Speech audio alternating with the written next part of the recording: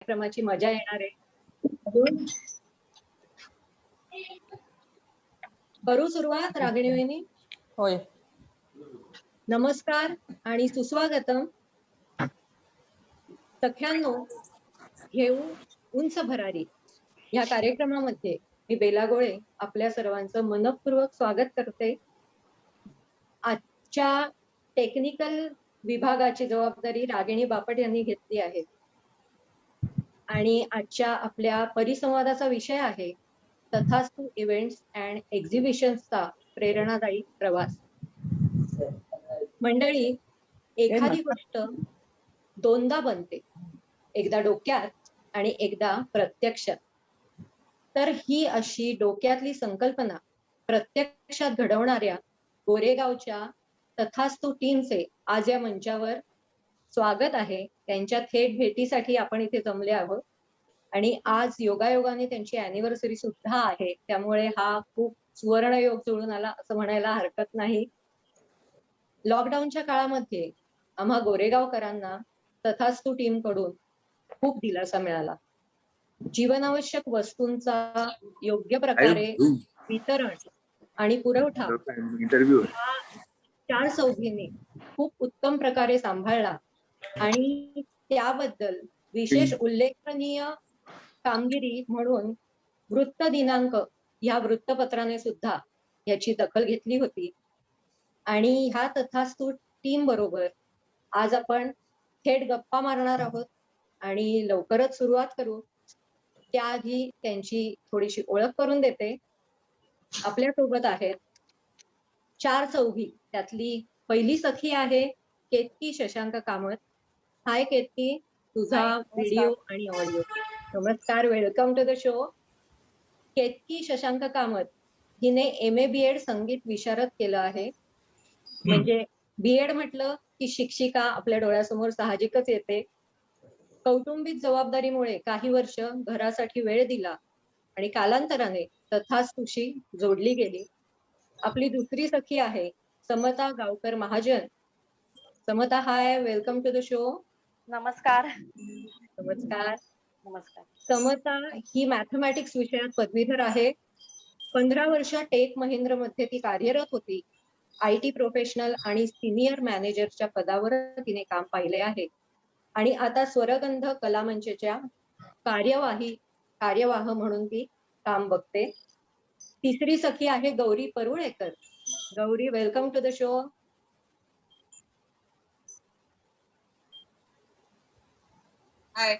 हाय. गौरी वाणिज्य शाखेची पदवीधर आहे. 20 वर्ष बँकर म्हणून कार्यरत होती आणि त्यानंतर VRS घेतली आणि आता स्वरगंध कलामंचची ट्रेजरर म्हणून काम बघत आहे. आपली चौथी सखी आहे Aparna Dharmadhikari. Aparna, welcome to the show. Hello. Hi. Video अपर्णाचा.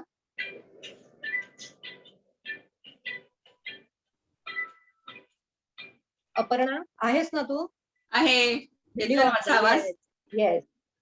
अपर्णाने पुण्याहून कमर्शियल आर्ट्स केलं, त्यानंतर टेल्को मर्सिडीज सोबत इंडस्ट्रियल फोटोग्राफीचा तिचा अनुभव आहे. नंतर फोन करेल, तिची मीटिंग चालली झूमची.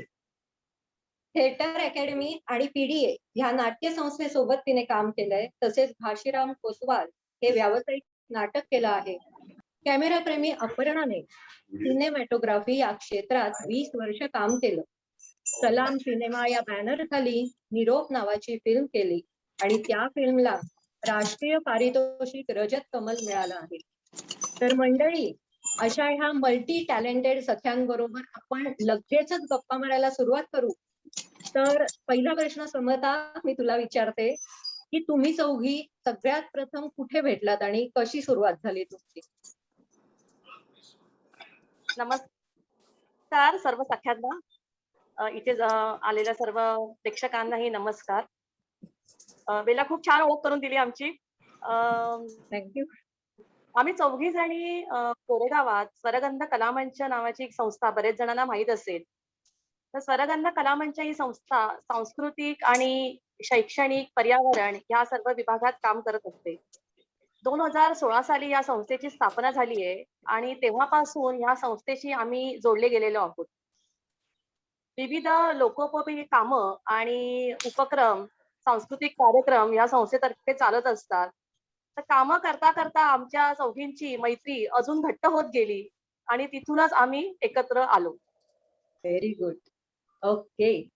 तर केतकी तुला विचारेन की तथास्तु हे इतकं सुंदर नाव आहे ना तुमच्या या टीमचं, तर हे कसं काय सुचलं तुम्हाला? समताने सांगितल्याप्रमाणे एकत्र आल्यानंतर काहीतरी करण्याची आपण काहीतरी करावं असं एक गप्प बसू देत नव्हतं चौघींनाही. आणि त्यातून मग बोलता बोलता आपल्याला काय करता येईल, तर स्वतःच्या पायावर उभं राहता राहता परत एकदा स्वतःच्या पायावर उभं राहता राहता की आपण आपल्या बरोबर इतरांना पण एक नवीन काहीतरी व्यासपीठ देता येईल. मग काय करता येईल, तर मग एक्झिबिशन हा एक उपक्रम आमच्या डोळ्यासमोर आला की गोरेगावच्या बाहेरचे जे लघु उद्योजक आहेत, ज्यांना एक व्यासपीठ मिळतं एक्झिबिशन तर्फे, तर मग आम्ही एक्झिबिशन आपण सुरू करूया असा एक आमच्या चौघींच्या मनात आलं. आणि मग त्यातून मग आता त्याला नाव काय द्यायचं, तर मग त्यातून उहापोह चर्चा झाल्या असं. आणि मग आपली वास्तुदेवता आपल्याला सतत तथास्तु म्हणत असते, काही मनापासून केलेल्या इच्छा आपल्या सतत पूर्ण होऊ दे. तर त्या अनुषंगाने आम्ही असं ठरवलं की आपण आपल्या उपक्रमाचं नाव एक्झिबिशन असं ठेवूया. ओके. खूप छान नाव आहे. म्हणजे खरं सांगायचं तर गोरेगावामध्ये तुम्ही भाजीपाला, फळं, मासे, आंबे आणि काही स्नॅक्स हे सगळं वितरित करता आणि आमच्या अगदी घरामध्ये आम्हाला या वस्तू मिळतात. त्यामुळे खरंच जेव्हा अशा टवटवीत आणि फ्रेश भाज्या घरामध्ये येतात ना, तेव्हा अन्नपूर्णा तथास्तु म्हणते असंच आम्हाला फिलिंग येतं. आणि खरोखर उत्तम दर्जा इज इक्वल टू तथास्तु हे समीकरण आता गोरेगावकरांच्या मनामध्ये घर करून बसलेलं आहे. तर खूपच छान तुम्ही हा उपक्रम राबवताय. पुढचा प्रश्न मी गौरीला विचारेन. गौरी, तथास्तु या उपक्रमामागे तुमची अजून काही अशी वेगळी प्रेरणा होती का? म्हणजे असे पर्सनल तुमचे काही त्याच्या मागचे विचार किंवा अनुभव ज्याच्यातून तुम्ही हे सुरू केलं? तथास्तु म्हणजे तथास्तु आता जसं या दोघींनी सांगितलं, तथास्तु हे चालू झालं त्याला 3 वर्ष होत आहेत. पण आजचा जे अॅनिव्हर्सरी आपण बोलतोय ती स्पेसिफिकली आमची जी डिलिव्हरी सर्व्हिस आहे त्याची आहे. म्हणजे पॅन्डेमिक मध्ये सगळंच ठप्प झालेलं. म्हणजे आम्ही एक्झिबिशन होल्ड करायचो. 1-2 वर्ष आम्ही एक 10 ते 15 एक्झिबिशन्स ओव्हरऑल ईस्ट आणि वेस्ट, गोरेगाव ईस्ट वेस्ट मध्ये अगदी कुठून लोक यायची एक्झिबिशन मध्ये पार्टिसिपेट करायला. तर असं आमचं हे चालू होतं, एक्झिबिशनचं चांगलं व्यवस्थित चालू होतं. आणि अचानक गेल्या मार्च पासून जे सगळीकडे सगळाच बिझनेस, काहीच उपक्रम चालू नव्हते. आमचे स्वरगंधाच्या ऍक्टिव्हिटीज चालू नव्हते, सोशल कल्चरल सगळं अगदी फुल स्टॉप लागलं. आणि मग आमचा असा विचार चालू होता, आम्हाला एवढी लोकांपर्यंत पोचायची, लोकांबरोबर असायची एवढी सवय झाली होती की मिसिंग समथिंग, की काहीतरी करायला पाहिजे, लोकांना कनेक्ट मध्ये आपल्याला राहायला पाहिजे, लोकांसाठी काहीतरी आपल्याकडून घडलं पाहिजे. असं करून आमचे भरपूर असे विचार झाले होते की आपण काय सर्व्हिस देऊ शकतो, काहीतरी आपल्याकडून झालं पाहिजे. असा सारखे आम्ही म्हणजे वीकली आम्ही भेटायचो आणि हे करू शकतो का, ते करू शकतो का, असं करत करत शेवटी आम्ही म्हटलं की चला आपल्याला ज्या अडचणी येतात त्याच्यातून आम्हाला हे सुचलं की मे बी हे पण आजकाल आपल्याला मार्केटमध्ये जाऊन आणायचं आणि आपल्यालाच एवढे प्रॉब्लेम्स येत आहेत की ह्याच्यातच जर आपण काही करू शकलो तर दॅट विल बी ग्रेट. म्हणून आम्ही सगळ्यात मेन आपल्या घरात एक जनरली काय लागतं, कांदे, बटाटे, नारळ, लसूण, जे उचलायला एवढं हेवी आहे की भाज्यांसोबत ते पण आणायचं, तर it is a big task. म्हणून आम्ही विचार केला की हेच जर आपण इनिशियली स्टार्ट विथ असं काहीतरी सर्व्हिस देऊ शकतो तर ह्याच्यातून आमचा हा प्रवास चालू झाला, ज्याला आज 1 वर्ष पूर्ण झालंय. म्हणजे बेसिकली आम्ही तेव्हा ह्या कांदे, बटाटे, लसूण आणि नारळ इथपासून सुरुवात केली. आणि मग लोकांच्याच ज्या काही गरजा होत्या किंवा लोकांचे काही असे डिमांड्स होते, सजेशन्स होते की तुम्ही हे करू शकता तर हे पण प्लीज द्या, मग फळं द्या, भाज्या द्या, मग फळं द्या. मग तोपर्यंत दिवाळी आली. मग दिवाळी आल्यावर असं वाटलं की चला आपण फराळाचं पण ट्राय करू शकतो. पण मग ते असा सगळा प्रवास होतो. आज आम्ही इव्हन मासे पण घरपोच देतोय. आणि मस्त म्हणजे 1 वर्ष आमचं खूपच छान गेलं आणि आम्हाला असं वाटतं की आम्ही लोकांपर्यंत खूप छानपणे पोहोचू शकतो. नक्कीच, नक्कीच.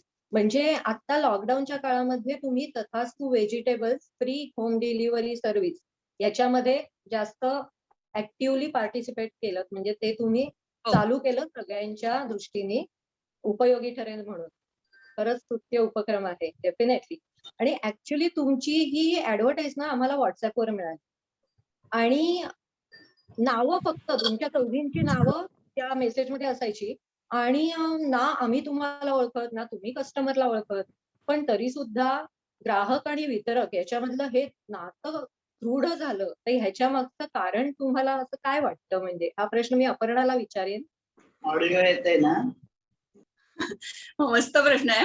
खरंच समोर आले ना ग्राहक तर आम्ही खरंच ओळखणार नाही, पण ते हो. बोलल्यावर आवाजावरनी लगेच ओळखू, कारण एवढ्या वेळा फोनवर बोललो एकमेकांशी, म्हणजे बघून ओळखलं नाही तरी. आणि जसं मगाशी ही म्हटली गौरी की काय करायचं पुढे हा मोठा प्रश्न होता. तर आणि पुण्यामध्ये माझी आई माझे सासरे एकटे राहतात, तर असं वाटायचं की यांना घरपोच सामान मिळालं तर किती बरं होईल, यांना बाहेर गर्दीत जायला लागू नये. आणि तीच गोष्ट आमची पण होती. प्रत्येकाला असं वाटत होतं की अरे 7 ते 11 मध्ये एवढ्या गर्दीत जाऊन सगळं सामान घेऊन या, कसं असेल, काय होईल. खूप आणि गोरेगावात खूप सिनियर सिटीझन पण राहतात, त्यामुळे एकटे राहणारे लोक खूप आहेत. त्यामुळे मग आम्ही विचार केला की जी आमची ग्राहक म्हणून जी गरज आहे तीच सगळ्यांची आहे. मग तो वितरक आपणच का नको, म्हणजे कोणीतरी आणून दिल तर ते कोणीतरी आपणच होऊया असा विचार करून सुरुवात केली आम्ही. आणि खूप छान अनुभव येत होता. लोकांनी मेसेजेस वर आम्हाला ऑर्डर्स द्यायला सुरुवात केली. आणि हळूहळू करत म्हणजे प्रत्येक मेसेजवर चुकून एखाद्यानी नाव लिहायला विसरलं तरी आम्हाला कळत होतं की लिहिण्याच्या पद्धतीवरून किंवा की अरे कोणाचा असू शकेल हा मेसेज, कोणी पाठवलेला असेल.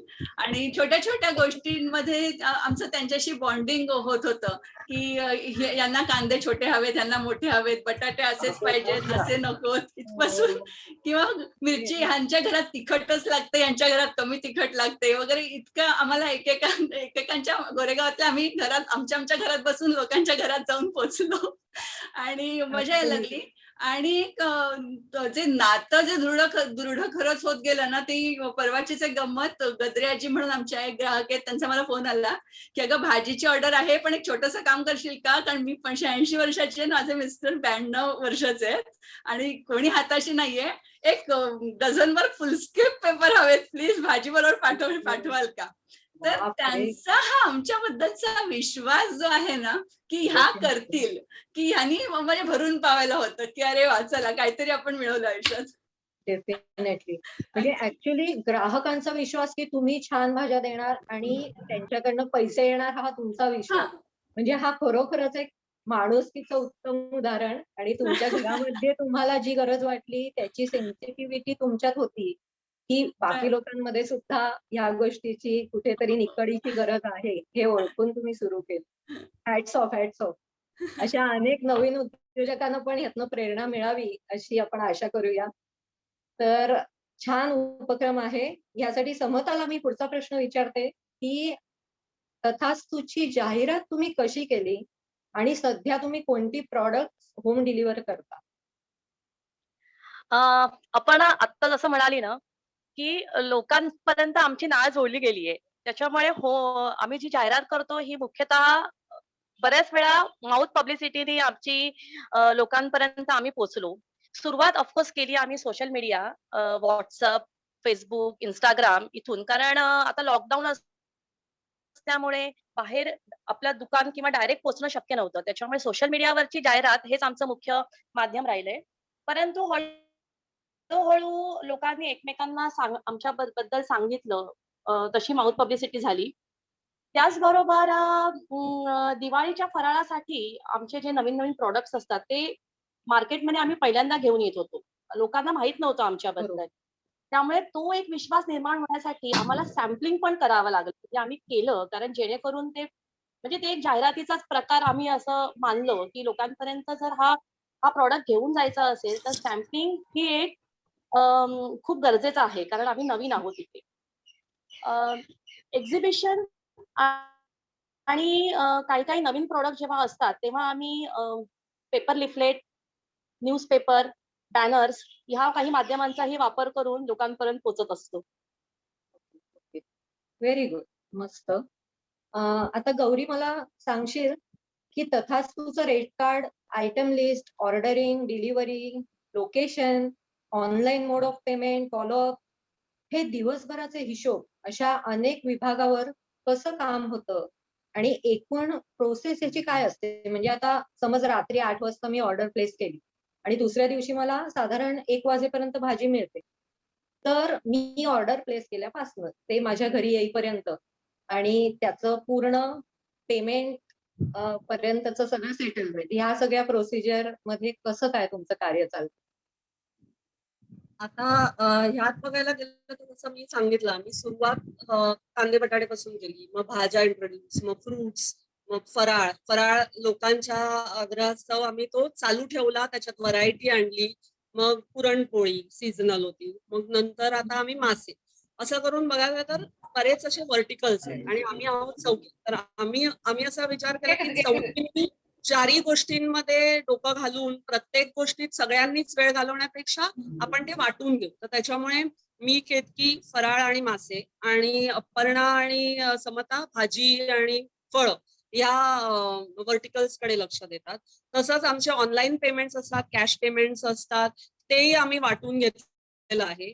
आणि आम्ही एकमेकींचं ते आता ऑर्डर वगैरे येते तेव्हा जनरली व्हॉट्सअपवर येते, मग ते एका ग्रुपवर जाते, तिकडनं एकच जण फॉरवर्ड करते. प्रत्येक वेगवेगळ्या वेंडर्स ठरलेले आहेत आमचे, भाजीचे वेगळे वेंडर्स, याचे वेगळे vendors असं. तर त्याच्यामुळे त्याच्याबरोबर कोऑर्डिनेशन कोण करणार, वेंडर बरोबर कोऑर्डिनेशन कोण करणार, आपापल्या ग्रुपवर बोलणं प्रत्येकाचं. कारण कस्टमर्स एकेकालाच रिलेट करू शकतात, असं वेगवेगळ्या लोकांबरोबर जनरली बोलणं होत नाही. पण वेंडर्सचं पण आम्ही तसंच केलंय की एक जण एका वेंडर बरोबर बोलेल, ह्या वेंडर्स बरोबर, मग पेमेंटचं एक जण बघेल, असं करून ती आमची प्रोसेस चालू असते. शक्यतो आम्ही अगदी शेवटच्या क्षणापर्यंत आलेल्या ऑर्डर्स पण आम्ही केटर करायचा प्रयत्न करतो, पण आता रेस्ट्रिक्शन्स आहेत मुव्हमेंटवर, त्याच्यामुळे आम्ही सकाळी आलेल्या ऑर्डर्स देत नाही. पण अदरवाईज कितींदा तरी म्हणजे आमचे जे संजय सामंत आमचे फ्रेंड आहेत जे डिलिव्हरीसाठी आम्हाला मदत करतात, ते अगदी म्हणजे भाजी उचलायला तिकडे तयार असतात तेव्हा पण कितींदा तरी लोकांच्या ऑर्डर्स आम्ही केटर केलेल्या आहेत. म्हणजे लास्ट मिनिट की ही अर्जंट आहे, प्लीज बाबा पॅक करून घे आणि दे. त्याच्यामुळे आय थिंक आमच्यामधलं जे कॉर्डिनेशन आहे बेसिकली, आणि एक जण म्हणजे काहीही असलं तरी एकमेकींमधलं जे कॉर्डिनेशन आहे, जो आमच्यातला आम्ही एकमेकांना सांभाळून घेतो, त्याच्यामुळे अगदी स्मूथली सगळं प्रोसेस आमचं होतं. Great great. म्हणजे ऍक्च्युली मला इथे खरंच सांगावं वाटेल की मी केतकीकडे ऑर्डर प्लेस करते नेहमी, त्यामुळे मी आता सुद्धा तुमच्या इंटरव्ह्यू बद्दल केतकीशी बोलले, तेव्हा केतकी मला 1-2 वेळा जेव्हा आमचं बोलणं झालं तेव्हा लगेच म्हणायची, थांब विचारते आणि सांगते. म्हणजे ह्याच्यातनच असं दिसतं की तुमचा कलेक्टिव्ह डिसिजन तुम्ही किती रिस्पेक्ट करता चौघी जणी, एकमेकींशी बोलूनच काय तो फायनल डिसिजन घ्यायचा आणि एकमेकींच्या मतांना तेवढी व्हॅल्यू देणं, हे खरोखरच तुमच्या व्यवसायाचं यश म्हणायला हरकत नाही. पुढे मी केतकीकडे येईन. केतकी, दिवसाचा आणि आठवड्याचा साधारण किती वेळ तुम्ही या कामासाठी देता?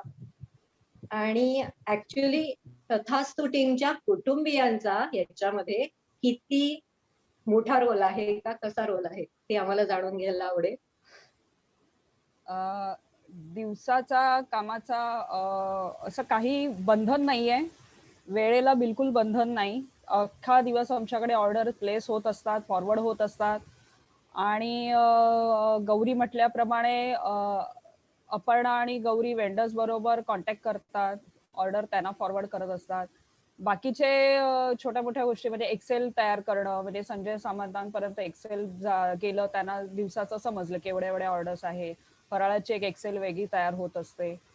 अशा सगळ्या एक्सेल प्रोसेस, बिलिंग प्रोसेस, फराळाचे बिल्स असतात. म्हणजे ह्या सगळ्या छोट्या गोष्टी या चालूच असतात. बरं, दुसऱ्या दिवशी परत हे सगळं परत कस्टमर पर्यंत पोहोचलंय की नाही, ते व्यवस्थित त्यांना मिळाले की नाही, मग कोणाच्या यादीमधली काही गोष्ट मिळालेली नसते, कधी बिलिंग प्रॉब्लेम झालेले असतात, मग ते सॉल्ट आउट करणं. म्हणजे या सगळ्या गोष्टींना काही वेळ काळाचं काहीच बंधन नाहीये. आणि कुटुंबाचा रोल म्हटला तर असं म्हणतात की प्रत्येक यशस्वी पुरुषाच्या मागे एक स्त्री आहे. तर प्रत्येक यशस्वी स्त्रीच्या मागे अख्खं कुटुंब आहे असं मी म्हणेन की कुटुंबाचा रोल हा खूप मोठा आहे. एक्झिबिशन जेव्हा आमची चालू होती तेव्हा आमचं अख्खं कुटुंब मुलाबाळांसकट तिकडे कामाला यायचं. जे पडेल ते काम त्यावेळेला करायचं. म्हणजे आम्हाला सगळ्यांना चौघींच्याही घरातना भरपूर सपोर्ट होता. आणि आत्ताच्या ह्याच्यामध्ये मी विशेष उल्लेख करेन की आम्ही जेव्हा भाजीची सुरुवात केली तेव्हा मिलिंद परुळेकर, माझे मिस्टर शशांक कामत, ते पर्सनली तिकडे अटेंड होते की व्यवस्थित पॅकिंग होते की नाही, सगळं पॅकिंग झालंय की नाही. पहिले 2-3 आठवडे म्हणजे पहिले 2-3 दिवस आमचे खूप जेव्हा आम्ही सुरुवात केली तेव्हा अनुभव नव्हता, त्यामुळे सगळं एकदम नीट होतंय की नाही, बरं पुढच्या ग्राहकांपर्यंत ते वेळेवर पोहोचलं पाहिजे, तर ते पर्सनली त्यांनी अटेंड केलेलं. फराळ जेव्हा आम्ही दिवाळीला सुरुवात केलं तेव्हा पॅकिंग व्यवस्थित होतंय की नाही, पॅकिंगच्या वेळेला, डिलिव्हरीच्या वेळेला ते व्यवस्थित होतंय की नाही, हे सगळं बघायला सुद्धा प्रत्येक कुटुंबातला एक एक सदस्य उपस्थित होता. आता आमचं आंब्याचं झालं, म्हणजे आमचे सेंद्रिय आंबे रत्नागिरीवरून आले तेव्हा स्वतः गौतम महाजन यांनी सुद्धा लक्ष घातलं होतं त्याच्यामध्ये. अपर्णाचे मिस्टर समीर धर्माधिकारी, तर ते स्वतः तिकडे पर्सनली अटेंड करून व्यवस्थित सगळं माल उतरलाय की नाही, तो व्यवस्थित गेलाय की नाही, हे सगळं त्यांनी बघितलं.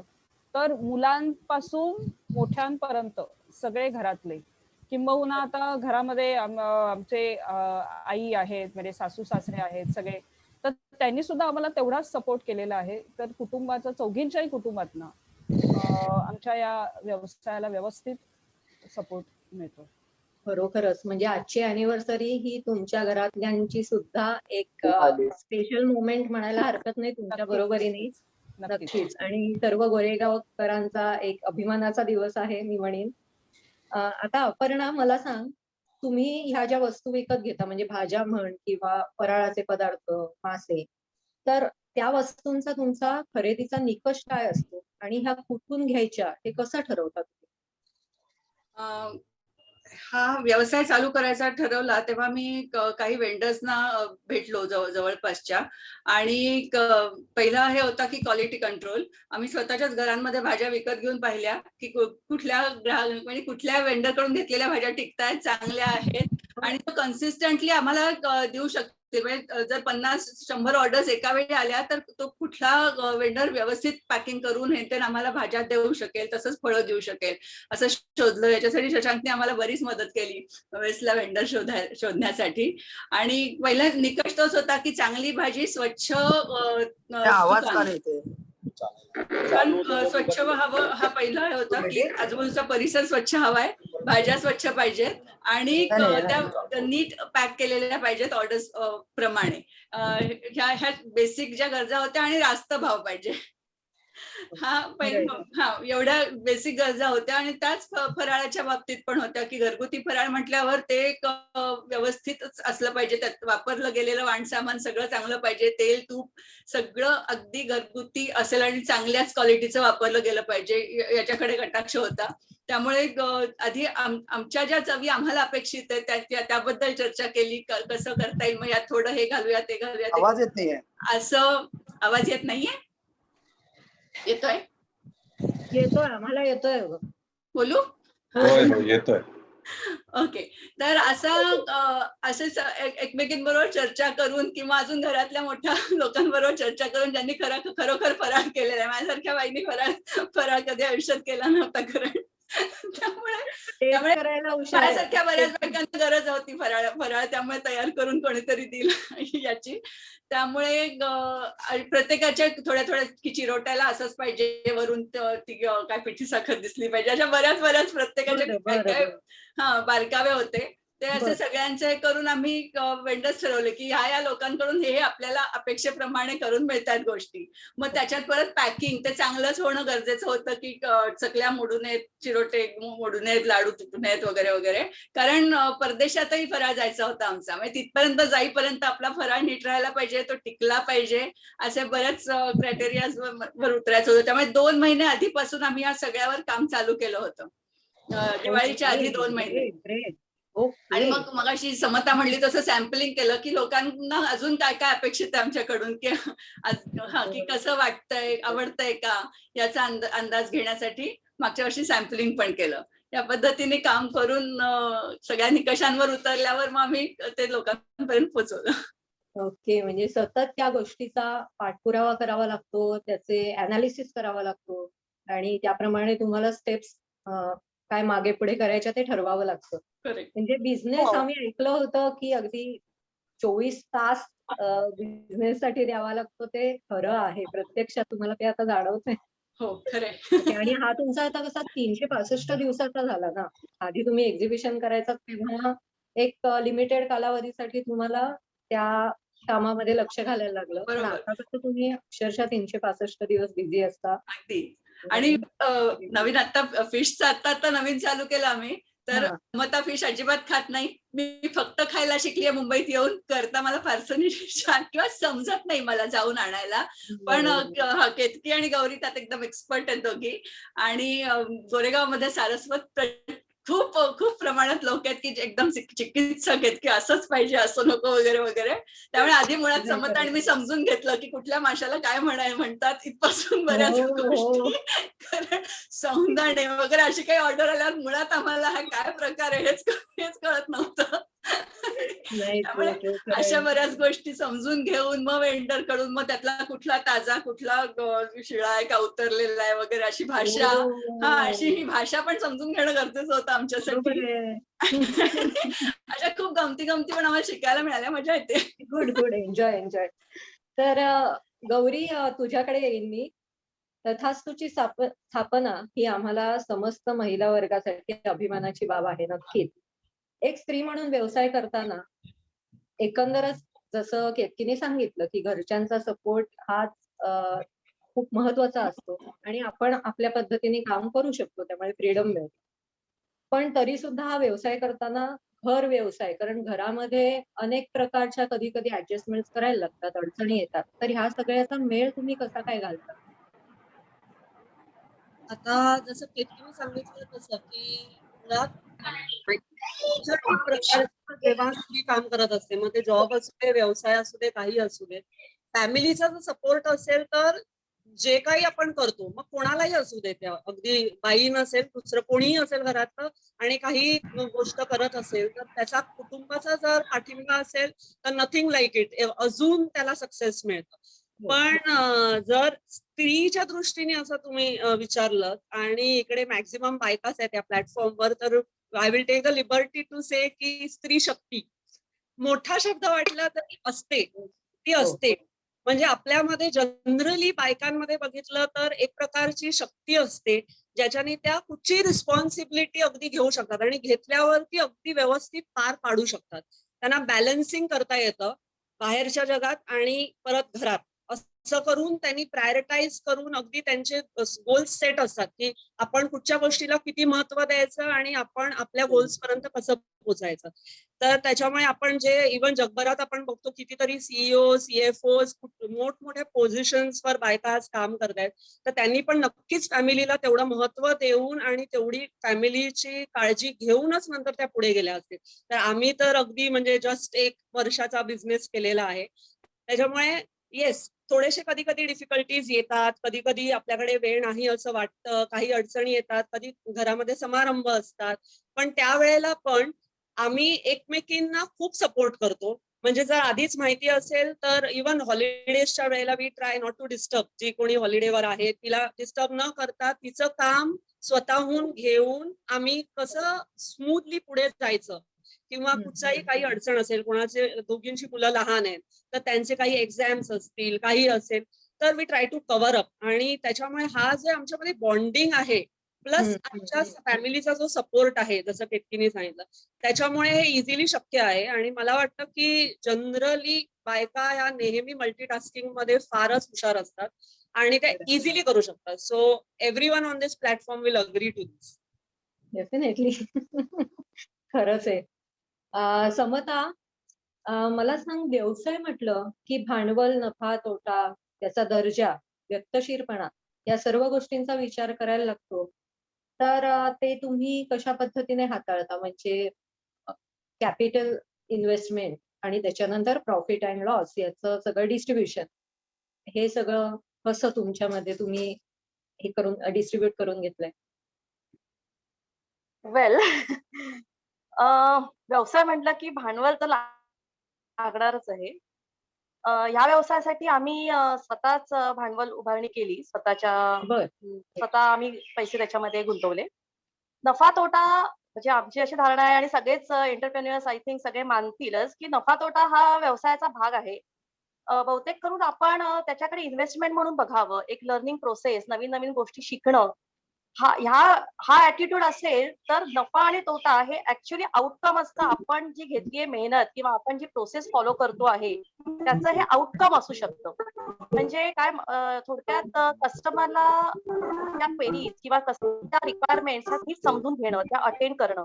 त्याचप्रमाणे वेंडर्स ज्यांच्याकडून माल येतो, त्यांचंही कधी-कधी अडी-अडचणी येऊ शकतात. म्हणजे त्यांचा कच्चा माल किंवा त्यांची काही उशीर होणं, अशा काही अडचणी येऊ शकतात. त्यांचं पेमेंट वेळच्या वेळी होणं गरजेचं असतं. त्यामुळे या सगळ्यांचं संतुलन जर आपण व्यवस्थित ठेवू शकलो, तर सर्व्हिस ही एकदम कंटिन्यू राहू शकते आणि त्याच्यातून नफा हे आउटपुट मिळू शकतं. बहुतेक महत्त्वाची गोष्ट म्हणजे कधी-कधी बिझनेस करताना चुका होऊ शकतात. त्या जातात, अनपेक्षित गोष्टी घडतात. अशा वेळेला निर्णय घेणं आवश्यक असतो. निर्णय चुकीचा किंवा बरोबर नसतोच कधीच. तो त्यावेळेचा निर्णय असतो. मग अशा वेळेला चौघींपैकी कोणीही निर्णय घेतला तरी ठाम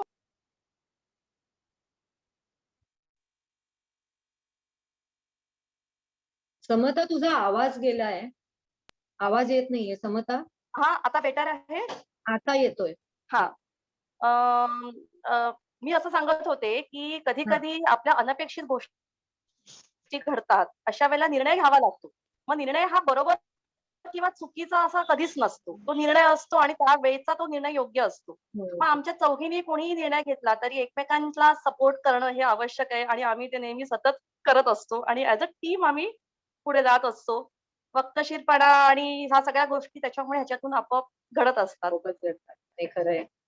ऍक्च्युली लॉकडाऊन मध्ये व्यवसाय सुरू करणं ही गोष्ट फायद्याची वाटली का थोडं जिकिरीचं वाटलं? म्हणजे जिकिरीचं. कारण आता रेस्ट्रिक्शन्स आहेत बाहेर. तर त्याप्रमाणे तुम्हाला कसं जाणवलं? हे अपर्णा मला सांगेल मला वाटतं. लॉकडाऊन मध्ये लागणाऱ्याच गोष्टी आम्ही द्यायचं ठरवलं होतं, त्यामुळे ऑन पेपर हा विचार छान होता एकदम. हो की ना. सोपं वाटलं होतं की हां, की हे लागणार आहे आणि म्हणजे मागणी आहे त्याप्रमाणे आपण पुरवठा करायचा आहे. It was that simple. पण करताना ॲक्चुअली बऱ्याच छोट्या-छोट्या गोष्टींचा प्रॉब्लेम होता, की वेंडरकडे तो वाशीहून का कुठून जो ट्रक येणार असेल, तो वेळच्या वेळी वेळेवर येणं, तिथे ते माल हो, उतरणं, हो. त्यांच्याकडची सगळ्या माणसांची प्रकृती चांगली असणं, पॅकिंग करणाऱ्या माणसांची इथपासून आमचा जो डिलिव्हरी पर्सन होते आमचे स्वरगंधामधले मित्र संजय सामंत, ज्यांनी अगदी लिलया ही जबाबदारी उचलली पहिल्या हो. दिवसापासून. तर त्यांच्यासाठी पण त्यांच्या सुरक्षेची जबाबदारी, अशा बऱ्याच गोष्टी होत्या. किंवा कधी कधी अर्ध्या डिलिव्हरीज वेंडरनी पाठवलेल्या असायच्या, म्हणजे आम्ही रिक्षामधून किंवा असं आमचं एक ठराविक हे होते, किंवा संजयनी अर्ध्या घेऊन त्यांनी वाटायला सुरुवात केलेली असायची आणि पुढच्या तोपर्यंत पॅक होत असायच्या. तेवढ्यात पोलिसांनी बाबा मार्केटच बंद केलं आणि त्या अर्ध्या डिलिव्हरीज अडकल्या, असं पण मध्ये आता झालं. आणि हे आमच्यापर्यंत पोहोचेपर्यंत, कारण वेंडर्सचं काय असतं की हा जब खोलेंगे तब दे देंगे ना, भेज देंगे. अरे पण आम्हाला कळवा ना, कारण लोक वाट बघतायत आपापल्या घरांमध्ये. तर अशा काही म्हणजे फोन जेव्हा यायला लागायचे की अरे भाजी अजून पोचली नाही गं, काय झालं, तो तेव्हा मग आम्ही शोधायला लागायचो की कुठे अडकलाय, काय झालंय. आणि असे काही प्रॉब्लेम्स येत होते. किंवा आज बाबा एखादी कुठली तरी भाजी की नेमकी 4-5 जणांनी ऑर्डर केली आणि आज तेवढीच भाजी आलेलीच नाहीये वगैरे, असं पण कधी. आणि भाजी आणि फळांचा व्यवसाय असा आहे किंवा फिशचा पण, की सकाळी येतं मार्केटमध्ये, त्या दिवशी रेट ठरतात किंवा थोडेफार 19-20 किंवा आम्ही जे आठवड्याला रेट कार्ड दिलेलं असतं त्यात पण कधीही थोडे बदल झालेले असतात. मग त्याच्याप्रमाणे वेंडरनी बिल केलेलं असतं. मग परत त्यांची अरे हे 20 रुपये होतात ना गं, मग मला 22 लावलेत वगैरे, इतक्या छोट्या गोष्टी अशा असतात. मग त्यांचं कोऑर्डिनेशन म्हणजे आम्ही जवळपास दुवा असं, म्हणजे वेंडर आणि ग्राहकांमधला दुवा असं काम करायचं असतं. ते थोडं डिफिकल्ट आहे, पण त्यात मजेदार पण होतं. बरं आणि हे बरं म्हणजे फळांच्या बाबतीतही सेमच. आणि पावसाळ्यात एस्पेशली मागच्या वर्षी मार्च गेला, एप्रिल गेला आणि नंतर पाऊस खूप होता. किंवा आता जे सायक्लोन आलं मध्ये मुंबईत प्रचंड पाऊस होता. मग तेव्हा त्या भाज्यांचं काय होईल? बऱ्याच बिल्डिंग मध्ये वरती सोडत नव्हते, फ्लॅटमध्ये वर सोडत नव्हते, वॉचमनकडे ठेवायला लागत होतं, सिक्युरिटीच्या इथे प्लास्टिकची बॅग. मग दिवसभर समजा ती तिथेच राहिली तर मुंबईत दमट हवेमुळे त्या भाजी आतली खराब झाली, पालेभाज्या कोथिंबीर स्पेशली. त्यामुळे ती मग बाबा प्रत्येकाने वर लगेच नेली की नाही ती भाजी, हे हा फॉलोअप म्हणजे प्रत्येक ग्राहकाबरोबर, की तुम्हाला भाजी तिथे संजयने ठेवल्यापासून तुम्ही ती लगेच वर नेलीत का, मग ती उघडून ठेवा, पसरून ठेवा, ओली झाली असेल तर पेपरवर ठेवा. अशा बऱ्याच छोट्या छोट्या छोट्या गोष्टींकडे लक्ष द्यायची गरज निर्माण झाली होती. किंवा आता फिशचं चालू झाल्यावर पहिल्याच रविवारी प्रचंड ऑर्डर झाल्या. आणि फिश हो तर आदल्या दिवशी सुद्धा नाही, ते कटिंग सुद्धा त्या दिवशी सकाळी करायला लागतं. आणि रविवारी एस्पेशली लोकांना हो हो 10:30 हो घरी हवंच असतं. हो आणि बरोबर सगळ्यांनाच त्यावेळी हवं होतं. ह्या एक्झॅक्टली पहिल्या दिवशीचा आमचा तो अनुभव आला, की सगळ्यांचे मग सारखे फोन, अरे पोचलं नाही, मग तो माणूस कुठे पोचलाय बाबा, इथपर्यंत आलाय तुम्ही, म्हणजे आम्ही तर वाटण बिटण करून ठेवा, पोचतच आहे, पातेला ठेवा गॅसवर, पोचतच आहे वगैरे, असं पण करायला लागलं. पण मग हळूहळू आता आमचा त्याच्यात जम बसायला लागला, की ज्यांना खरंच आदल्या दिवशी मॅरिनेट करून चालणार आहे त्यांनी बाबा शनिवारीच मागवून ठेवा, असं आम्ही त्यातनं मार्ग काढायला सुरुवात केली. नाही खरंय. म्हणजे कधी कधी फजिती पण होऊ शकते, की अशा प्रकारे तुम्हाला एकदम रोलर कोस्टर सारखं अशी कधी कधी वेळ येते, म्हणजे हो हो त्याच्यात हो, बरंच आहे ते. ऑन टोज राहावंच लागतं. खरंय खरंय.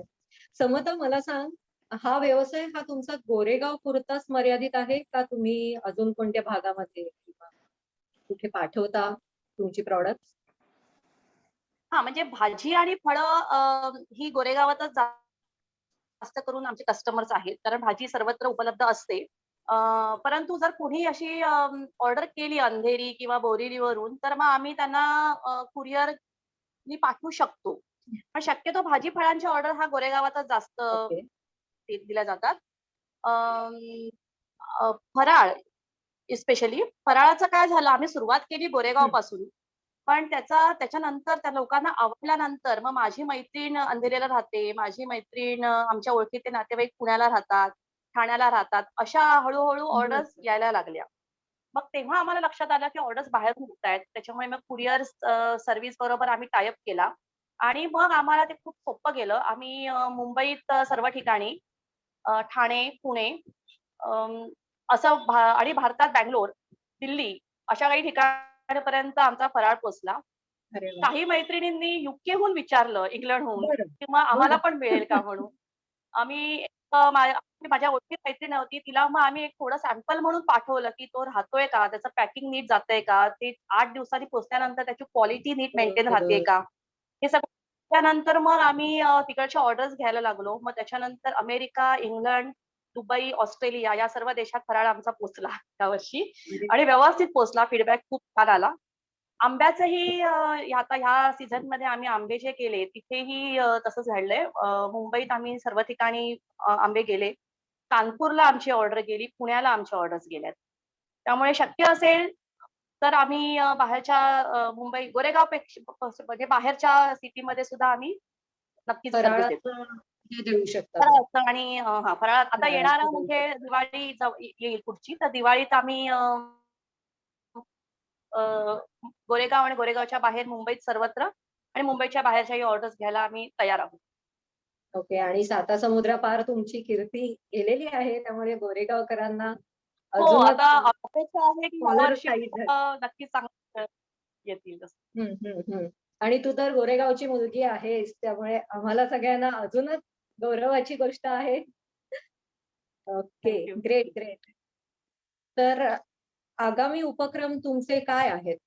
म्हणजे याच्या पुढे अजून गौरी मला सांगशील का, की आता जसं आम्ही सांगितलं असं की आम्ही सतत काही ना काहीतरी करत राहायचं किंवा याच्यात ऍडिशन्स करत राहायचे किंवा कसली मागणी आहे याचा कायमच विचार करत होतो. जसं एक्झिबिशन बंद झाले, कांदे बटाटे भाजी हो एक्सेट्रा फळं असं करत करत अजूनपर्यंतचा प्रवास आला.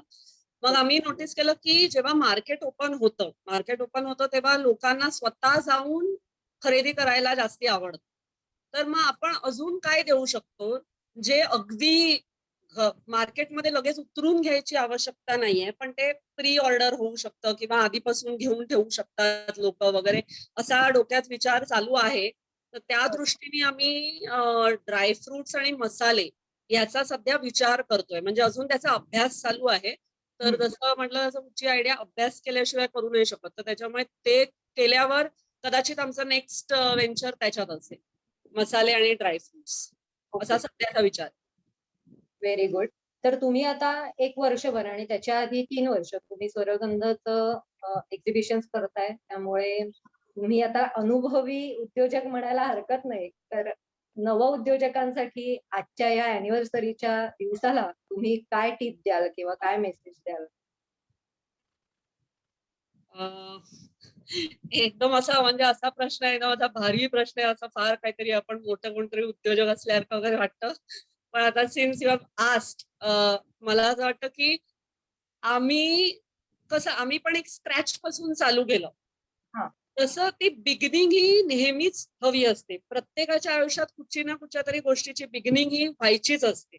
आपण कधी कधी खूप विचार करत बसतो की करू नको करू, पण जोपर्यंत आपण त्यात उडी घेत नाही तोपर्यंत ती कशी होणार आहे, ती कशी घडणार आहे हे आपल्याला कळत नाही. मे बी आपल्याला काहीतरी फिक्स आयडियाज असतील की बाबा इथपर्यंत मला पोचायचंय, तर त्याचा साधारण मार्ग काय असू शकतो हे आपल्याला कळू शकतं जर आपण अभ्यास केला तर. आणि त्यात पण ते स्टार्ट करेपर्यंत त्याच्यात आपण असं बोलू नाही शकत की ही सक्सेस होईल नाही होईल. कारण कितींदा तरी आम्हाला आता लॉकडाऊन ओपन होतंय त्याच्यामुळे आपण हे करूया का, थोडा बॅकसीट घेऊया का, असं वाटेपर्यंत आम्ही किती किती वेगवेगळ्या गोष्टी चालू केल्या. म्हणजे अगदी गेल्या ऑक्टोबर नोव्हेंबर मध्ये आम्हाला वाटलं आता भाजीची मागणी आहे का, तोपर्यंत परत मागणी वाढली, तोपर्यंत आम्ही फराळ केला. असे खूप गोष्टी होत असतात. पण एकदा आपण एखादी आयडिया जर आली तर त्याचा व्यवस्थित अभ्यास करून पुढे जायला काहीच हरकत नाही. आणि कुठचीच गोष्ट छोटी नसते. जसं आम्ही कुठून सुरुवात केली तर काय तर कांदे बटाटे. कोणाला समोरून वाटेल काय कांदे बटाटे भाजी, असं दिसताना फार छोटी दिसते ती आयडिया. पण हसणारे हसतील पण आपल्याला जर कॉन्फिडन्स असेल की आपल्याला एखादी गोष्ट करायची आहे तर ती अगदी बिंदास्त करावी. ड्रीम्स नेहमीच बघायचे and that will come true for sure. Ups and downs हे नेहमीच असतात, पण त्याची काळजी करू. ती हिंमत ठेवून आणि त्याची तयारी ठेवून तुम्ही बिझनेस मध्ये उतरलं तर Yes. मग ऑलरेडी माइंड प्रिपेअर्ड असतो. आणि नक्कीच पुढे जाण्यासाठी थोडा सुरुवातीचा स्ट्रगलिंग पिरियड हा कोणत्याही क्षेत्रामध्ये असतोच. नक्कीच त्यामुळे त्यामुळे काही महिने म्हणजे 6 महिने बाबा करत राहिलं मग नाही जमत ते म्हणून सोडलं तसं नाही. तसं नाही. त्या महिन्यानंतर कदाचित जमणार असतं. करत राहा. म्हणजे मग कुठेतरी दिशा दिसायला लागते. अनुभवातनं आपण नवीन काहीतरी शिकलेला असतो, चुका सुधारलेल्या असतात, अशा बऱ्याच गोष्टी होतात. त्यामुळे नाही जमते म्हणून 2, 4, 5, 6 महिन्यात थांबू नका. करत राहा कंटिन्युअसली, म्हणजे नक्की यश मिळतं. Okay, very good. पण मला एक प्रश्न असा विचारायचा आहे की या दरम्यान तुम्हाला म्हणजे अशी BMC ची परमिशन वगैरे लागते का? हा अत्यावश्यक सेवा आहे ही खरी. तर BMC ची परमिशन किंवा पोलिसांनी कधी काही अडवलंय असा प्रकार तुमच्या या वर्षभरात तुम्हाला काही जाणवलं? BMC ची परमिशन नाही लागली कारण अत्यावश्यक सेवांमध्ये येत होतं आणि रोज लागणाऱ्या गोष्टींमध्ये. पण अचानक मार्केटमध्ये दुकानच बंद केली वगैरे अशा गोष्टी घडत होत्या. आणि किंवा आज भाज्या उतरवूच दिल्या नाहीत वेंडर्सना, असं कधी कधी क्वचित झालं. क्वचित कधी कधी असं झालं की समजा मार्केटमध्ये खूप गर्दीच व्हायला लागली तर पोलीस अचानक बंदच करायला लावायचे दुकानं. आणि अशा गोष्टी झाल्या. आणि त्याच्यात कधी कधी 1-2दा आमच्या म्हणजे ऑर्डर्स वेळेत पोहोचण्यात वगैरे प्रॉब्लेम्स आले. पण तेवढेच. बाकी आता संजयला पण रोज कुठे अडवलं वगैरे असं फारसं काही झालं नाही. कधीतरी 2 व्हीलरवर छोटी ऑर्डर घेऊन जाताना का चाललायत वगैरे विचारलं, इतपत गोष्टी झाल्या. पण अदरवाईज त्यांना खूप तसा आम्हाला त्रास नाही झाला. म्हणजे RTO आणि BMC ला आपण चांगलं हे देऊ शकतो. गुड रायटिंग की त्यांनी पण म्हणूनच सहकार्य करू केलेलं शकलो. आहे हा उपक्रमामध्ये. ओके, मी आता शेवटच्या प्रश्नाकडे येते की आज तुमची फर्स्ट अॅनिव्हर्सरी आहे, तर मला चौघींनाही हा प्रश्न विचारायचा आहे की काय फिलिंग आहे आज तुम्हाला? फर्स्ट अॅनिव्हर्सरी कशाची असली तरी एक स्पेशल फिलिंग असतं. तर आता तू आहेसच अपर्णा, तर तुझ्यापासून करू. आमचं हे तथास्तू नावाचं बाळ एक वर्षाचं झालंय. पहिला वाढदिवस आहे ना त्याचा. पहिला वाढदिवस खूप जोरदार असतो. Yes, yes, yes, yes. त्यामुळे पण नेमकं लॉकडाऊन असल्यामुळे आमच्या घरी आहोत आणि ज्यांच्यामुळे हे साध्य झालं ते आमचे एकतर वेंडर्स, आमचे डिलिव्हरी पर्सन, आमचे मित्र संजय आणि शैलेंद्र पाटील, आणि हे सगळे आम्ही भेटू शकत नाही आणि आमचे सगळ्यात मोठं ज्यांच्यामुळे आम्ही करू शकलो ते आमचे ग्राहक. तर असं माझ्या डोक्यात असा प्लॅन आहे, कधी लॉकडाऊन जेव्हा संपेल तेव्हा असं ते आठवडी बाजार वगैरे असतात ना, तसा एक मोठा बाजार भरवूया, समोरासमोर एकमेकांना मस्त. भेटूया आणि मनसोक्त खरेदी करूया. छान आयडिया आहे. लवकरच तुझं हे स्वप्न पूर्ण हो. तथास्तु. गौरी काय म्हणेल आजच्या अॅनिव्हर्सरीच्या दिवशी? अॅनिव्हर्सरी नेहमी स्पेशल असते. येस. मग त्याच्यातून ती पहिली अॅनिव्हर्सरी म्हणजे व्हेरी क्लोज टू हार्ट, कारण आपण अजून एक स्टेप पुढे गेलेलो असतो कुठल्याही गोष्टीमध्ये. तर त्याच्यामुळे it is a big achievement. आणि जसं अपर्णा म्हणाली तशी आज जरी आम्ही भेटू नाही शकतो, एक्साइटमेंट लेवल तीच आहे, पण सेलिब्रेशन तेव्हाच आम्ही फर्स्ट अॅनिव्हर्सरी झाली म्हणून जेव्हा आम्ही ऍक्च्युअली सेलिब्रेट करू शकू पर्सनली सगळ्यांना भेटून. आणि जसं ती म्हणाली तशी ती आयडिया खूप सुंदर आहे, तर आम्ही ती नक्कीच करू. जसं आमचं एक एक्झिबिशन झालेलं, आनंद मेळा झालेला गोरेगाव जिमखान्याला, एकदम हिट होता. म्हणजे तो असं वाटलेलं, अरे आपलं काहीतरी आपलं घरातलं फंक्शन आहे आणि आपण एवढं जोरदार सेलिब्रेट करतोय. त्याच्यामुळे ते जे समाधान होतं ना, ते खूपच मस्त होतं. तर तशा प्रकारचं काहीतरी अॅनिव्हर्सरी स्पेशल करायची इच्छा आहे. तर जेव्हा लॉकडाऊन ओपन होईल आणि आम्हाला ऑपॉर्च्युनिटी मिळेल तेव्हा ही आयडिया नक्की आपण करू. आज मला ऑपॉर्च्युनिटी मिळाली की तुमच्या अॅनिव्हर्सरीला ऍटलिस्ट आपण व्हर्च्युअल प्लॅटफॉर्मवर तरी सेलिब्रेट करतोय, एकमेकांशी बोलून आणि आपल्या भावना एकमेकांबरोबर शेअर करून. त्यामुळे छान वाटतंय. आता समता काय म्हणशील तू? एकदमच खूप एक्सायटेड आहे ऑफकोर्स. तथास्तु होतं म्हणूनच कदाचित हा आज इंटरव्ह्यू आमचा झाला. म्हणजे कुठेतरी हा प्लॅटफॉर्ममुळेच आम्ही रेकग्निशन मिळालं. आणि आज मी पाहते हे माझे बरेचसे कस्टमर, म्हणजे आमच्याकडून आम्हाला ज्या ऑर्डर्स येत आहेत ते कस्टमर्सचे चेहरे आम्ही कधी पाहिले नाहीयेत. पण आज मी मुद्दामून बघते स्क्रोल करून, नैना जोशी काकू दिसतायत मला, गोडबोले काकू दिसतायत, वाळिंजकर काकू दिसतायत. तर त्याच्यामुळे मला खूप बरं वाटतंय की ज्यांचे चेहरे कधी पाहिले नाहीयेत ते आमचे वेल विशर सतत आमच्या बरोबर असणारे आज या प्लॅटफॉर्मवर आम्हाला बघायला मिळत आहेत. आणि आज मला आणखीन एका आम्ही जरी 4 जणी एकत्र असू तरी आमच्या मागे सतत एक व्यक्तीचा मोठा पाठिंबा असतो. शशांक कामत. स्वरगंधापासून ही टीम बांधण्यापर्यंत आम्हाला सतत त्यांचा गाईडन्स आणि सपोर्ट असतो. तर शशांक कामत म्हणजे आमचं 4 चौघींचा इंटरव्ह्यू असल्यामुळे तो नाहीये. पण त्यालाही मला म्हणजे मी मिस करते त्याला या प्लॅटफॉर्मवर. ओके. नाही, डेफिनेटली शशांक कामत यांना आमच्या सगळ्यांकडनं स्पेशल शुभेच्छा आणि कॉंग्रॅच्युलेशन आजच्या या दिवसाबद्दल, अॅनिव्हर्सरी बद्दल. आणि आता आपण केतकीला विचारूया. तू सुरुवातीला मला हा प्रश्न विचारलेला की तथास्तु हे नाव कुठून आलं, तेव्हा मी म्हटलं होतं तुला की मनापासून केलेली कुठची इच्छा ही पूर्ण होऊ दे. तर ते असं मला वाटतं की आम्ही जे नाव ठेवलं ते आज सार्थकी झाल्यासारखं वाटतंय की आम्ही सगळ्यांनी मनापासून केली इच्छा की या पॅन्डेमिक मध्ये बरेचसे सिनियर सिटीजन्सचे प्रॉब्लेम्स होते आणि हे तर ते आम्ही थोड्याफार प्रमाणामध्ये सोडवले किंवा सोडवण्याचे प्रयत्न करतोय. आणि हे असेच पुढे आमचे प्रयत्न चालू राहतील की आणि काही आमच्या कस्टमर्स कडनं किंवा आमचे जे ग्राहक आहेत त्यांच्याकडनं जर आम्हाला काही सूचना करायच्या असतील तर त्याही आम्ही नक्कीच विचार करू, त्याही दृष्टीने आम्ही पावलं उचलू. केतकी, MA BEd म्हणजे यू आर अ टीचर आणि संगीत विशारद म्हणजे तू सिंगिंग मध्ये केलंयस का? हो. मग एक गाणं चालेल?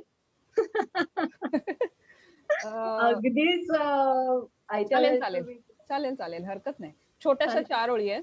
हो चालेल. म्हणते सगळ्यांनी गोड मानून घ्या. खूप वर्षांनी, कारण का जवळजवळ गाणं माझं थोडा ब्रेक सोडणार नाही गाणं, पण ब्रेक म्हणता येईल की जवळजवळ 25-30 वर्षाचा ब्रेक आहे माझा गाण्यामध्ये झालेला. मी छोटासा प्रयत्न करेन. असे आम्ही गुणगुणत असतो. स्वरगंधाच्या कधीतरी छोट्या छोट्या मीटिंग्स असतात अशा ऑनलाईन, कधी कधी चालू असतं असं छोटे छोटे प्रोग्राम आमचे ऑनलाईन स्वरगंधाचे, कारण का प्रत्यक्षात भेटता येत नाही तर त्यावेळेला कधीतरी एक 4 ओळी गुणगुणतो आम्ही सगळेजणच असं. तर गोड मानून घ्या. स्वरगंध समजूनच गा, सगळ्यांना हो. डोळ्यासमोर आलं.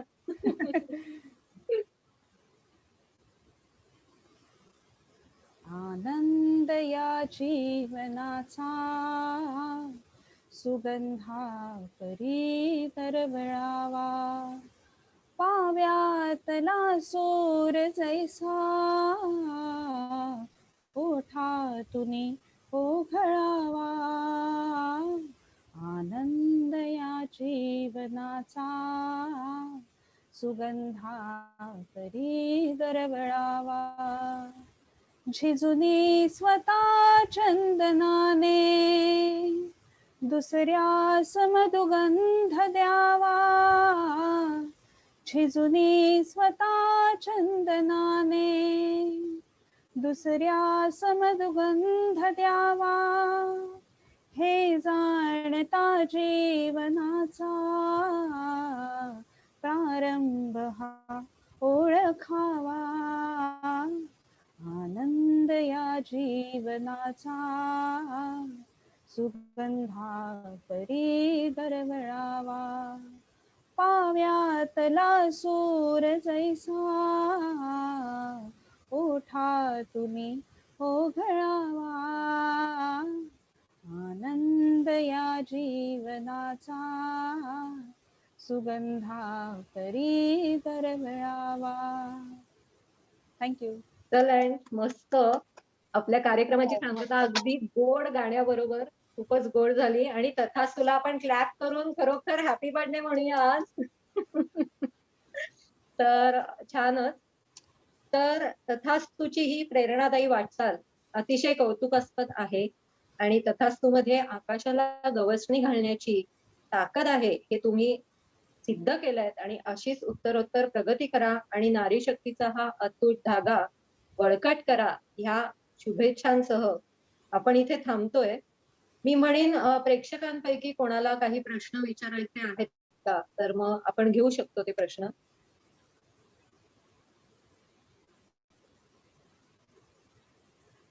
कोणाला विचारायचं असेल तर हात वर करू शकता, इथे टॅप केलं स्क्रीन. मी बोलतो. हा. मी अक्षय. मला असा प्रश्न असा नाहीये. मी डेफिनेटली तुमचा कस्टमर आहे आणि मी आधी स्वरगंध आणि त्याच्यानंतर तथास्तूची वाटचाल बघितली आहे आणि आय एम ॲडमायरर. तसं म्हणजे एकदम कॉमेंट करायचं झाल्यास तसं मराठी माणूसच आधी बिझनेस करत नाही. त्यात 4 मराठी माणसं एकत्र येणं ही तर रेअरिटीज आहे. आणि त्यात 4 मुली एकत्र येऊन काही करायचं हे म्हणजे अगदी काय म्हणतात कोजागिरी पौर्णिमेचाच उल्लेख. तर हे जे तुम्ही करताय हे रेअरेस्ट ऑफ रेअर आहे. आणि तुम्ही मगाशी अपर्णा म्हणाली की अपॉर्च्युनिटी होती म्हणून केलं, पण अपॉर्च्युनिटी साधून काहीतरी करणं हे आपण नक्कीच मराठी माणसाचा गुण मानत नाही. हे म्हणजे आपण तसं म्हटलं तर वेगळ्या कम्युनिटीज हे करतात. तर जे तुम्ही करताय तुम्हालाच कदाचित लक्षात नाही, ते एक्स्ट्रीमली रेअर आहे आणि एक्स्ट्रीमली इन्स्पिरेशनल आहे सगळ्यांसाठी. मला तुमच्यापेक्षा जेवढे आता 80-100 लोक श्रोते ऐकतायत, अमेरिकेमध्ये वगैरे असं होतं की सोशल बिझनेसेस असतात, लोक एनकरेज करतात की ऑर्गॅनिक ही एक फार मोठी मुवमेंट आहे किंवा ग्रीन कंपनी फार मोठ्या मुवमेंट आहेत आणि कस्टमर त्यांना सपोर्ट करतात. मला असं वाटतं की तुम्ही जे करताय त्या बिझनेसला लोकांनी सपोर्ट करण्याची गरज आहे. मी तर 100% आहेच. म्हणजे मला जे तुम्ही करताय ते इन्स्पिरेशनल आहे आणि as a customer I am always there. पण सगळ्यांनी करण्याची गरज आहे. आणि दुसरं मला या चौघींना असं सांगायचं आणि मी याच्या आधी पण कधी म्हटलंय की तुमचं बिझनेस मॉडेल आहे ते तुमच्या बिझनेस पेक्षा मोठं आहे. तुम्ही जे करताय आज भारतामध्ये 35, 40, 45, 50 या वयोगटातल्या ज्या महिला आहेत त्यांच्या करिअर हे एक फार मोठं डिस्कशन आहे. भारत हा जगामध्ये असा एकच देश आहे ज्याच्यामध्ये ऍक्च्युली पार्टिसिपेशन इन वर्कफोर्स या एज ग्रुपचं कमी होत आहे. सो तुम्ही जे करताय हे रेप्लिकेबल आहे. जसा ग्राहक संघ एक 25, 30, 50 वर्षापूर्वी कुठेतरी एका ठिकाणी चालू झालं आणि मग छोट्या छोट्या ग्रुप 100 ठिकाणी बनले. तुम्ही जे करताय ते तसं तुमचं बिझनेस मॉडेल रेप्लिकेबल आहे आणि तुमचं बिझनेस मॉडेल तुम्ही करताय त्याच्यापेक्षाही मोठं आहे. तर ह्या 2 गोष्टी मला तुम्हाला सांगाव्याशा वाटतात. पण हॅट्स ऑफ टू यू. बोलणं सोपं आहे पण करणं कठीण आहे आणि तुम्ही खरंच करून दाखवलं. So inspirational. कॉंग्रॅच्युलेशन. थँक्स अक्षय. थँक्यू. आता आम्ही notes विनी घेतलेल्या आहेत. महालिम त्यांना पण विचारायचंय मला वाटतं. आणि दीपा लेले आणि आरती पंडित तिघींनी हात वर केलाय.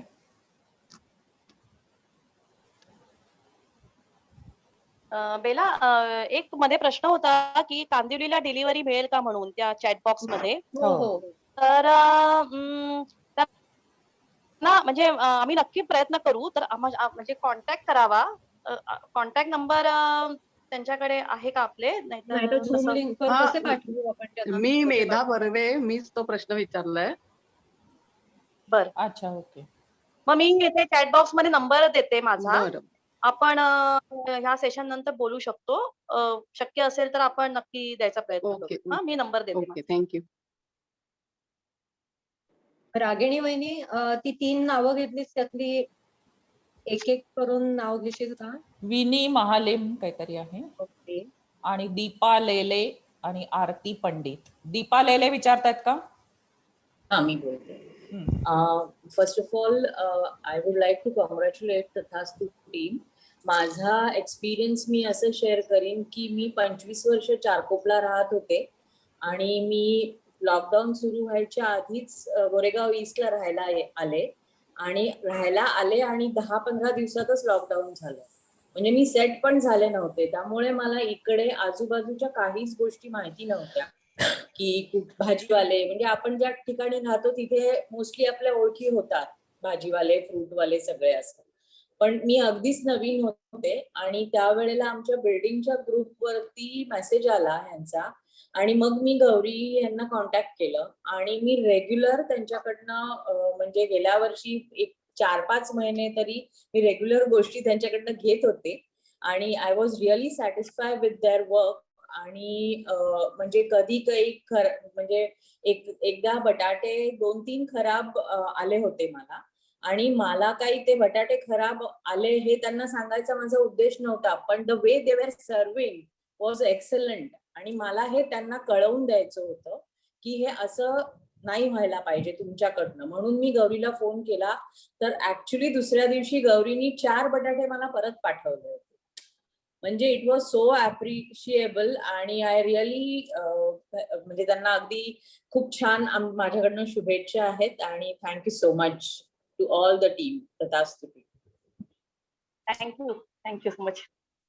हॅलो, एक मिनिट. मला इकडे दीपाला म्हणजे इकडे दीपा आता जे बोलली त्याच्याविषयी बोलायचं होतं की म्हणजे हा जो विश्वास तिने दाखवलेला ना आमच्याविषयी, म्हणजे जेव्हा त्यांची कॉल्ड अप यांची सेट की असं झालं तेव्हा खरोखर खूप म्हणजे आपल्यावर कोणतरी एवढा विश्वास दाखवतोय, त्याच्यामुळे अजून काहीतरी आपण चांगलं करूया असं जे वाटतं ना, प्रेरणा मिळते ना, ती तिच्या शब्दांनी मिळालेली. म्हणजे अक्षरशः ह्याच शब्दात तिने सांगितलेलं की तुम्ही एवढी छान सर्व्हिस देताय ना की कोणी तुमच्या नावावर बोट ठेवू नये की काही असं तुम्ही केलंय, म्हणून मी जस्ट कानावर घालते. असं काही होऊ शकतं पण तुम्हाला त्याची कल्पना पाहिजे. तो विश्वास जो दीपाने दाखवलेला खरोखर खूप भरून आलेला. म्हणजे तेव्हा एकदमच छान वाटतं जेव्हा कस्टमर आपल्याविषयी असं काही बोलतो तेव्हा. आणि इव्हन दिवाळीच्या फराळाच्या एक इन्स्पिरेशन दीपा पण आहे, कारण दीपानी समोरून स्वतःहून आम्हाला एक प्रपोजल आणलेलं की तुम्ही एवढं छान करताय तर तुम्हाला दिवाळीच्या फराळ करायचं असं काही आहे का, तर माझ्याकडे एक प्रपोजल आहे. Of course that didn't work out, पण ते आम्ही दुसरं हे केलं. पण ती म्हणजे त्या दृष्टीने म्हणजे तिला एवढा विश्वास होता की आम्ही काही करू शकू. So thanks Deepa and thanks to others also जे आमच्यावर विश्वास दाखवतात. हॅलो हॅलो हा बोला. हा, मी विनी महालिम बोलतेय. बोला. यांची म्हणजे तथास्तुची ही अॅनिव्हर्सरी आहे, तर ह्या माझ्या चौघी मैत्रिणीच आहेत. 4 चौघी जरी नाव दिलं तरी त्या खूप हुशार आहेत आणि त्यांचं तर किती कौतुक म्हणजे करण्यासारखंच आहे. आम्हाला तो खूप अभिमान आहे. आणि खूप खूप त्यांचं अभिनंदन आणि कौतुक. आणि एवढ्या छान मैत्रिणी आहेत म्हणून आम्हाला अभिमान वाटतोय. असंच परत परत होतील यांचे इंटरव्ह्यू अशी अपेक्षा करतोय. धन्यवाद. नाही, मला खरंच थँक्यू विनी. फर्स्ट इंटरव्ह्यू होस्ट करायची संधी मिळाली म्हणूनच मी त्यांना बोलले होते की आपण एक ऑनलाईन इंटरव्ह्यू करूया, कारण तुमचे इंटरव्ह्यू होतच राहतील यापुढे. तर मलाही छान वाटलं. अजून कोणी आहे का प्रश्न?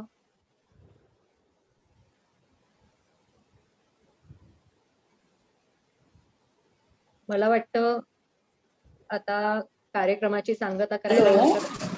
हॅलो. हॅलो, मी आरती पंडित बोलते. मला नमस्कार. तपासू स्ट्रीमला कॉंग्रॅच्युलेशन्स आणि बेस्ट विशेस द्यायचे आहेत त्यांच्या फ्युचर प्लॅनिंगसाठी. आम्ही दोघेही सिनियर सिटीजन आहोत आणि आम्हाला खूप खूप फायदा झाला. सगळ्या गोष्टी आम्हाला घरपोच मिळाल्या आणि एकदम फ्रेश. आम्ही आता 1-2 वेळा फिश पण मागवलं, ते पण अतिशय चांगलं निघालं. भाज्या चांगल्या असतात, त्यामुळे आम्ही फार ग्रेटफुल आहोत की आम्हाला त्यांच्याकडनं खूप मदत झाली. Thank you very much and all the best. Thank you सनाताई. थँक्यू. हॅलो. हॅलो. बोला. अच्छा, हे आता सगळी आपली मीटिंग सगळी फॉर्मल झाली. 4 चौघींना मला ऑल द बेस्ट आणि कॉंग्रॅच्युलेशन पहिल्या वाढदिवसाच्या दिवशी. कामतकर बोलतोय. हो, एकच थोडस त्यांनी एक थोडीशी छोटी चूक केली आज. 4 चौघींनी एकत्र यायला पाहिजे होतं आणि एखादा केक आणून तो सगळ्यांसमोर कापला पाहिजे होता. तर ह्या कार्यक्रमाला जास्त आणखी शोभा आली असती. ओके, तुमची इच्छा पूर्ण हो तसंच. आणलाय का केक? बाजाराच्या आणलाय? दिवशी कापूया केक. काय झालं? बाजाराच्या दिवशी केक कापूया, आपण जमणार आहोत ना सगळे. अच्छा, बाजार दिवशी. तोपर्यंत म्हणजे आता लॉकडाऊनच्या हिशोबाने भाज्या घेऊन. हे दिसतंय का? प्रयत्न. ये अरे वा. मला कामतकरांची पण इच्छा तथा असतो म्हणून समताने पूर्ण केलेली आहे. थँक्यू. सगळ्यांच्या घरी पोचले करणार का गिरायकांच्या? हा तथाच तू म्हणूया आपण. हो, तसाच तो. येस. आता सगळ्यांनी स्क्रीनला हात लावा आणि मम म्हणा, म्हणजे केक खाल्ला होईल सगळ्यांना. केक मिळाला. हो. Virtual cake. समता कापते का केक? आपण हॅलो. हा बोल. समता. अगं आता नको, आम्ही नंतर करू सगळ्यांचं. हो, कोणतरी बोलताय ना समता? दुसरं कोणतरी? हॅलो. हा बोल. समता, हा श्रेया बोलते. श्रेया. हा, तुम्हा चौघींना खूप खूप साऱ्या शुभेच्छा. थँक्यू श्रेया. थँक्यू. आपण गौरी केतकी मॅम. थँक्यू. धन्यवाद. अच्छा, माझी एक म्हणजे एक असं होतं की गोरेगाव पर्यंत जर तुम्ही येता, नागरी निवारामध्ये पण तुम्ही ही सर्व्हिस द्यावी असं मला वाटतं. कारण 113 सोसायटी आहेत, भरपूर मोठा एरिया आहे. हो, आता सॅटेलाइट पर्यंत पोहोचलोय, त्यामुळे येऊ थोडं अजून पुढे नक्की. हळूहळू सॅटेलाइटच्या पुढे पण या. तेच आता हळूहळू येतो पुढे. हो, नक्कीच. श्रेया ऍक्च्युली खूप आधीपासून सांगते की NNP पर्यंत यायला हवंय. खूप 113 जवळजवळ सोसायटी आहेत आणि मी माझ्या परीने पण तुमचं तसाच सगळीकडे ग्रुपमध्ये फॉरवर्ड करतच असते. नक्की विचार करूया. हा, नक्की विचार करू. करा. ठीक आहे. Okay, thank you. चौघींना पण थँक्यू. अजून कोणीतरी बोलत होतं मला वाटतं. एक कोणीतरी सखीच होती आपल्यापैकी. मी बोलू? रागिणी वहिनी कोणी? मी हात वर केला? नाही, अजून हात नाही वर केलेला कोणी. मी बोलू का? हा बोला ना. तेच आवाज आला कोणाचा. मी मिसेस नीता सामंत बोलते. मला ह्या चौघींचं अभिनंदन करायचंय आणि मला असं सांगायचंय की तुम्ही हा जो प्रोग्राम केल्यामुळे या पडद्यामागच्या 24 जणी आम्हाला आज प्रत्यक्ष भेटल्यासारखं वाटलं. हो, खरंय. उपक्रम खूप छान आहे आणि प्रत्येक गोष्टी त्या अगदी तत्त्वेने जी करते असतात त्याचं ते व्यवस्थित करतात. ते पण त्यांना सांगायचंय आणि खूप आम्ही खुश आहोत त्यांच्यावर आणि त्यांनी असेच त्यांचा हा उपक्रम पुढे न्यावा आणि यशस्वी व्हावं. आमचे आशीर्वाद तुमच्या पाठीशी नेहमीच आहेत. Very good. थँक्यू. तर तथास्तूच्या या पहिल्या अॅनिव्हर्सरीच्या दिवशी सख्यांनो घेऊ उंच भरारी हा पहिलं पुष्प, आज माझा पहिला कार्यक्रम आज तुमच्या निमित्ताने इथे ऑनलाईन झूमवर झाला. असे अनेक देशाविदेशातील अनुभवी सख्यांचे पण आपण इंटरव्ह्यू घेणार आहोत. त्यामुळे पुढील पुष्प सुद्धा तुम्ही आवर्जून बघा आणि आपल्या सख्यांना प्रोत्साहन द्या अशी मी नम्र विनंती करते आणि आपली रजा घेतो आम्ही. तर सर्वांनी काळजी घ्या, सुरक्षित राहा आणि मुख्य म्हणजे आनंदात राहा आणि भेटू पुढच्या प्रोग्राम मध्ये. धन्यवाद. नक्की. बेला तुला पण ऑल द बेस्ट इथून पुढच्या तुझ्या वाटचालीसाठी.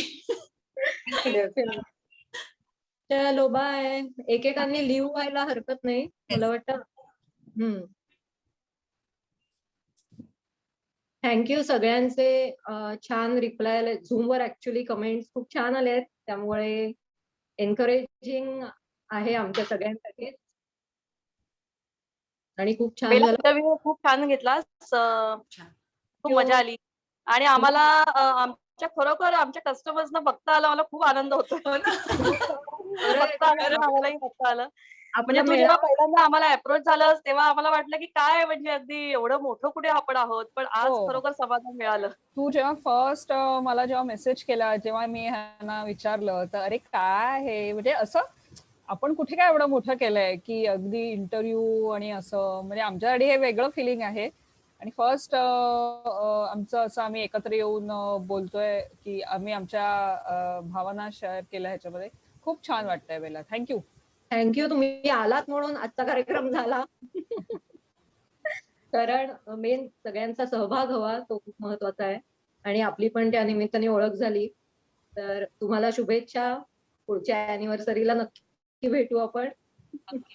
तर मला अजून एक राहिला आपला उल्लेख करायचा, मला वाटतं आता तुमचे 1000 कस्टमर आहेत ना, म्हणजे पहिल्या वेळेला मला वाटतं 40-50 ने सुरुवात झाली होती आणि वर्षभरात फर्स्ट अॅनिव्हर्सरीला तुमचे 1000 कस्टमर रजिस्टर्ड आहेत. दॅट इज क्वाईट क्रेडिटेबल आणि म्हणूनच आजचा कार्यक्रम सक्सेसफुल झालाय. ते केवळ तुमच्या मेहनतीचं श्रेय आहे. तर कीप इट अप आणि भेटत राहू. Okay bye. Bye. Bye bye.